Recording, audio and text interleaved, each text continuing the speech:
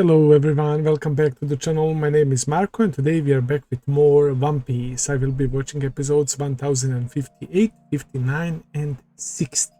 Last time around we had a great set of episodes where we got to see Devil Fruit awakenings from Kid and Law, and that they were actually dealing a big freaking amount of damage to Big Mom for the first time. This is the first time where we generally saw Big Mom like hurting so much so that she had to like recover by eating her own soul, right? Which is crazy. So Love and Kid, thanks to their Devil Fruit awakenings, were able to push Big Mom into like finally being serious, and that last shot of her while they like emptied out their like fuel tanks completely. She is now getting really serious for the battle. I'm sure they will still try their best to fight man, but it's tough. It was incredible. Cave room anesthesia, it's like his sword like became even like bigger and penetrated her, and he dealt damage from inside by using that like shock wheelie attack, while Kid literally turned her into the magnet man. And on top of all the craziness, as always, they brought back Orochi and Kanjuro. Kanjuro created this like ghost fireball thing, whatever, and yeah, Yamato is heading where the armory is, right where the weapons and explosives are, and if that fire Kanjuro reaches it, right, it can like explode, and that's what Orochi wants, to punish everyone, even Kaido and his people, to blow up whole Onigashima. But Yamato is heading there to prevent that. Why she wants to prevent Onigashima from landing, right, and those weapons exploding, but she still doesn't know that the fire is coming down there, I think. So yeah, but all that aside, right, the Sanji stuff, man, that really pained me to see, man. I still can't believe that my boy Sanji actually hit a woman, even though he was not aware and unconscious. It's a pretty fucking ballsy move by Oda, bro. This is going to be insanely big, like, development for Sanji, man, depending on how things will play out right now, right? And his conversation with Zoro, the fact that he said that to Zoro, that he should like kill him basically if he like changes, if he loses himself, right, after this battle, man, and he's about to unleash everything he has. That kick on Queen was so damn satisfying, and it looked like it was definitely the crispiest looking Sanji attack ever, man. So yeah, things are slowly like reaching near climax, right? Now we are entering like big boys fights, man, with Love and Kid challenging Big Mom, and she's finally getting like fully serious. We have King, Zoro, Sanji, Queen, right, and obviously Luffy and Kaido. So yeah, I expect nothing but craziness as always. So yeah, I was glad to see like Kinemon and Kiku. Even though they tricked me, I really thought that they were like dying as well, but it's whatever, because when they can like bring back Orochi and Kanjuro, of course I wouldn't mind bringing a Kazayas as well, but it's just like it's too frequent for the characters that we were already being tricked, right, and had this like false death, man. It's insane. But yeah, everything else is fucking big though, so yeah, I can't really complain. I guess I'm ready. Without further ado, let's jump into episode 1058.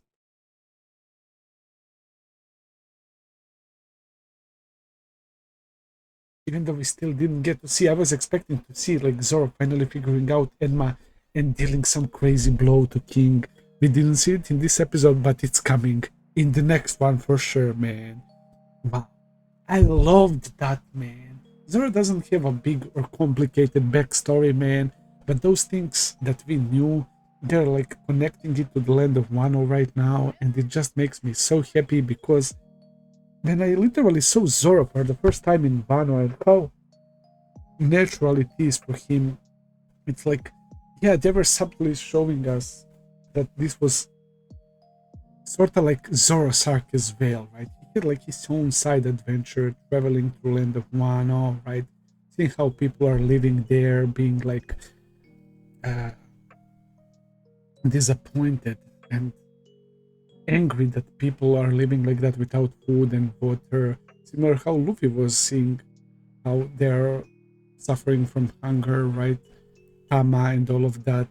And Zoro traveling with Yasui, meeting him, and his adventure when they like locked him up for murdering somebody, but it was that other dude. When Zoro like started fighting all of those guys with that dagger, when they tried to make him commit seppuku, right?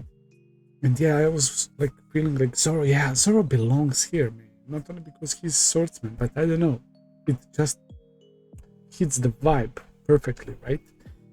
And yeah, it turns out that it is true that Zoro is from land of Wano. Shimotsuki Kozaburo, is he the one who was deemed a pirate and left Wano and formed the Shimotsuki village? Probably, right? Zoro learned Sunacchi from him, that's why he was saying it, and Momo questioned him. He said old geezer. That old geezer is Shimotsuki Kozaburo, who forged Wado Ichimonji and Enma'S. That's crazy. And the third sword that he has, Kitetsu III, was forged by the long-nosed Tengu masked dude, right, that was taking care of Tama, who is now chilling with Otoko as well. So a pretty nice dude as well. And Enma is like the pinnacle of what Kozaburo made. And he taught us about the swords, how they have personality and that they're deadly weapons meant to kill, right? And that they want to be as deadly as possible, and they are seeking the best wielders, right? And I guess all the other swords didn't have problem with Zoro, right? They were quite satisfied, but for Enma, right? Odin set a pretty high standard, pretty high bar, right? So new wielder would definitely question the wielder's like capability, right? After being wielded by Odin. So this is the biggest test for Zoro ever, that is making him remember all of these memories. Remember that Enma is the name of like the king of hell, and Kozaburo was bringing that up, and it clicked, everything clicked inside of Zoro. We saw again the flashbacks with Kuina, right, about how they made the promise, and then he said, now in the end we see promise to Kuina, promise with Luffy, and he says, with my captain and my best friend, man. Holy shit, for both of them, man. It's so fucking good. It's so good, man. Like, we are getting such a big and important things for both Zoro and Sanji. They are going through something really interesting, to say the least, man.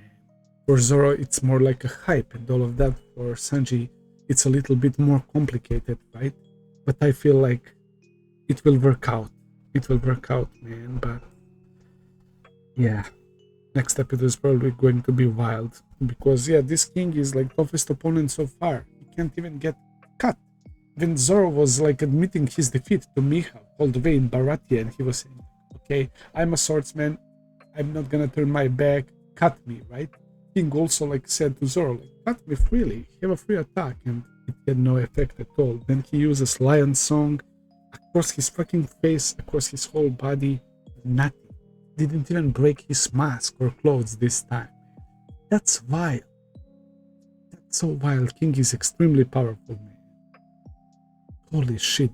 We had a lot of focus on Zoro and the swords, and I freaking loved it. We learned so many cool things, man. Holy cow. The swords are choosing their wielders, man. So yeah, Enma is right now in the phase of testing Zoro, but Enma is a pretty strict sword, right? As I said, considering that the Oden was previous wielder, that makes sense. It's constantly draining his haki, but it looks like he figured it out with that green aura. It's like representing that they're all under Zoro's control right now, and I guess the black-red lightning is signifying the Conqueror's haki.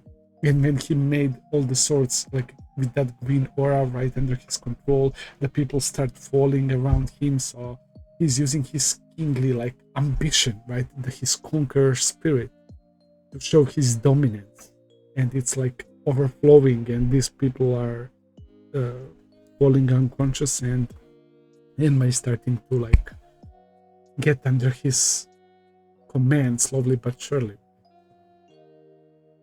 Peak, man, I don't know what to say. Really loved all the connections to Shimotsuki village apparently as well. It's called Shimotsuki village. So yeah, I will end it here for today. Thank you for watching, guys. I hope that you enjoyed. If you did, please consider subscribing, leave a like, comment, all that good stuff as always. Check out my Patreon page if you want to see full and early reactions. I will be seeing you very soon with another video. Until then, take care and have a nice day.